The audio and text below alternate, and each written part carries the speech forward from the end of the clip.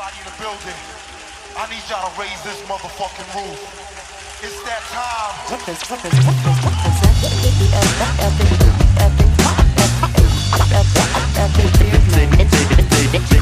Francis, B.Dolan Sage legend. That time. Of strange, famous records.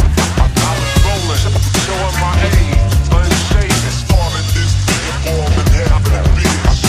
Rolling, showing my age, unshaven. Representing Providence, Rhode Island, representing Strange Famous Records. Right. Uncle Sage Francis, B motherfucking Dolan, Yep. collectively known as the Epic Beardmen. That's what's up. Sage, you on cue? I'm always on cue. B, you on cue? I woke up on cue. Let's tell these people what we got to do. All right. Okay, you guys are currently halfway through your UK tour. How do you think it's going so far? And like, what keeps bringing you back? You know, you've been for the past 3 years now. You've been coming back. Yeah, I guess so. As Epic Beardmen, Epic yeah. Beardmen, yeah.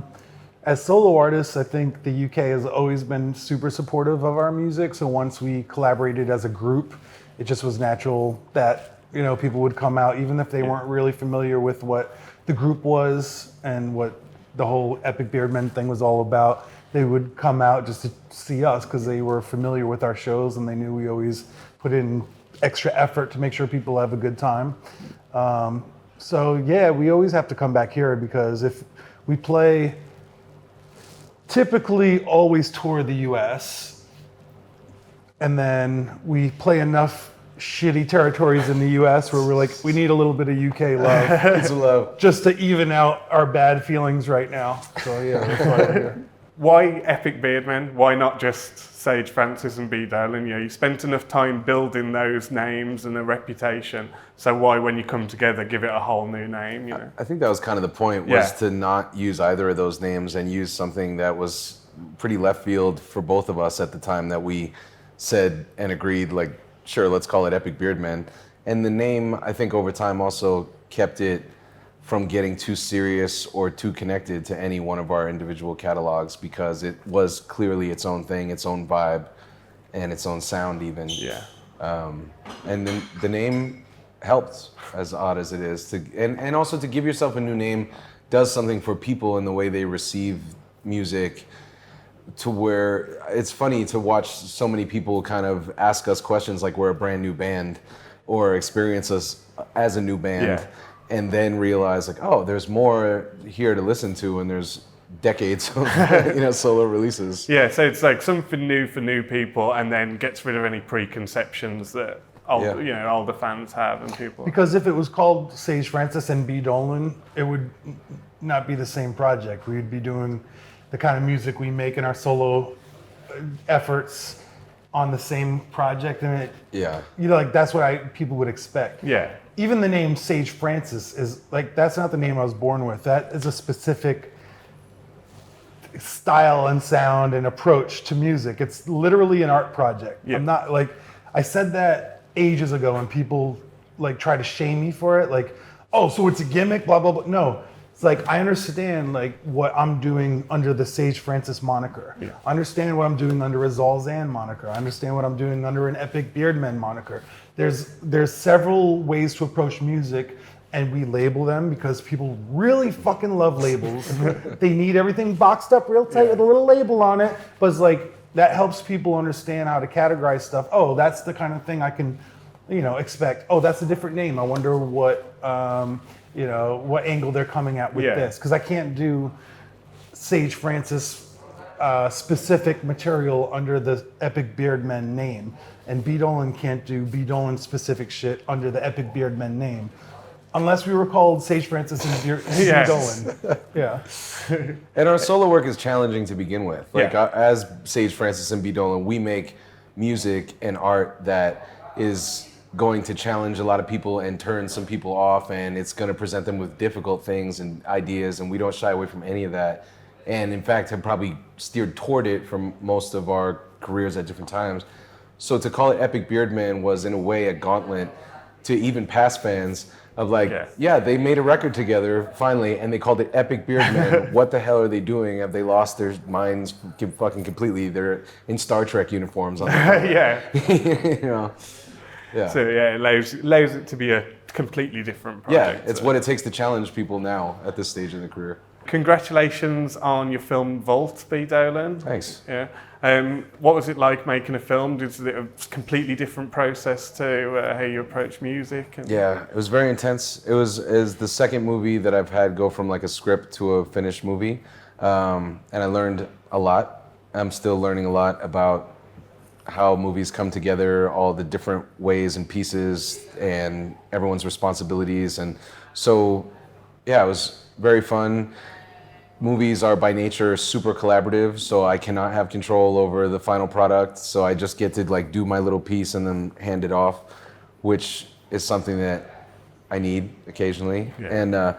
And it's helpful too because you can just focus real hard on your little piece of the process. So that's what I got out of it, was just learning more about my part, the script part, and then later the score part. And yeah, I want to try again. I want to do it some more. Dave, the ex-con driving old trucks. Don't give a flying fuck if you're sober or drunk. Just move the hell over, punk. Hurry up, go!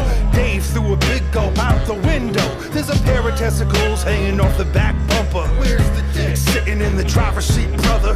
Dave, the dusted dirtbag burnout. We found him passed out in the bathroom of some girl's house. When he came to, he was still in a daze. He said, "What to do? I'm Pistol Dave." From the new album, you have a track called Pistol Dave. I was just wondering how much of that is a true story and how much of it is just fiction. Well, we live tweeted a lot of the stuff that we actually reference on the song. That started back in 2009, 10. Was that when that was happening? Was Jess on that tour? The Life Tour? Because Jess Brown was on that tour. I think so, yeah. But it also might have been the 2010? 2007. No, I think it was 2010. Oh yeah, because we weren't on Twitter in 2007. Yeah. But yeah, so there's a lot of very true truths to that song, but it's also Pistol Dave is a character I think a lot of people can relate to. Like, I know that kind of fucking dude. He's, you know, like he kind of weasels his way into your whole operation, and you know, he presents himself as useful and then turns into a big problem that everyone has to deal with, and then you know, you look back on it and you reflect kindly, but at the time it was an issue. So I mean, that's my take on it, but I know B has a different perspective. My perspective is just that we should not hire tour personnel at gas stations when we're just stopped on a break, and he's there, and you strike up a conversation, and he says he toured with Whitesnake, and you like that Whitesnake song, and then he tells you he can do pyrotechnics, but we're not even in a place, we're not playing clubs where we're at the Hare and the Hounds. Like, the pyrotechnic stuff he's doing, too much. The water technics, the hydrotechnics, that wasn't even a thing, as it turned out. Yeah. Yeah. Well, it was like him spitting water into it. But he made it like a mist. It was fucking cool if you had the right lighting. That's all. No, we got a song out of it. We made a song out of it, and hopefully the lawsuit goes away. Well, he shouldn't have used his legal name. That was your idea. Yep. Great. Pistol Dave. Rest in peace. He's not dead. He's dead to you. Mm-hmm. In DIY MFS.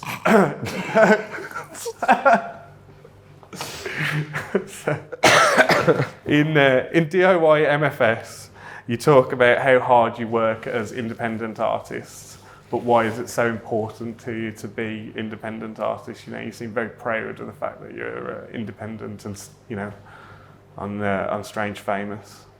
It seemed like a fool's errand, really, for many years, to many people, to everyone around us. So I think that's where the pride comes from at this point, is just, haha, look at that. I sustained myself on art for a decade through one of the biggest financial downturns of my generation. Like all, you know, kids I grew up with went to college, got degrees, and, you know, I made rap music. And we both, you know, we could both pay the bills at the end of the day. Like, that is a great source of pride, and the freedom that comes from it. Sometimes it feels like the main thing we have that our peers don't have, and the thing that sets us apart. So yeah, that was the reason to focus on it. I mean, in the most simple terms, it's literally not having to answer to anybody. Yeah. That's it. That's all I care about. I don't want anyone ever telling me I can't do something or I should do something else, and like I have to actually honor that. Yeah. Like most people live like they have to do that. You know, you're living by someone else's rules. You're making money for somebody else.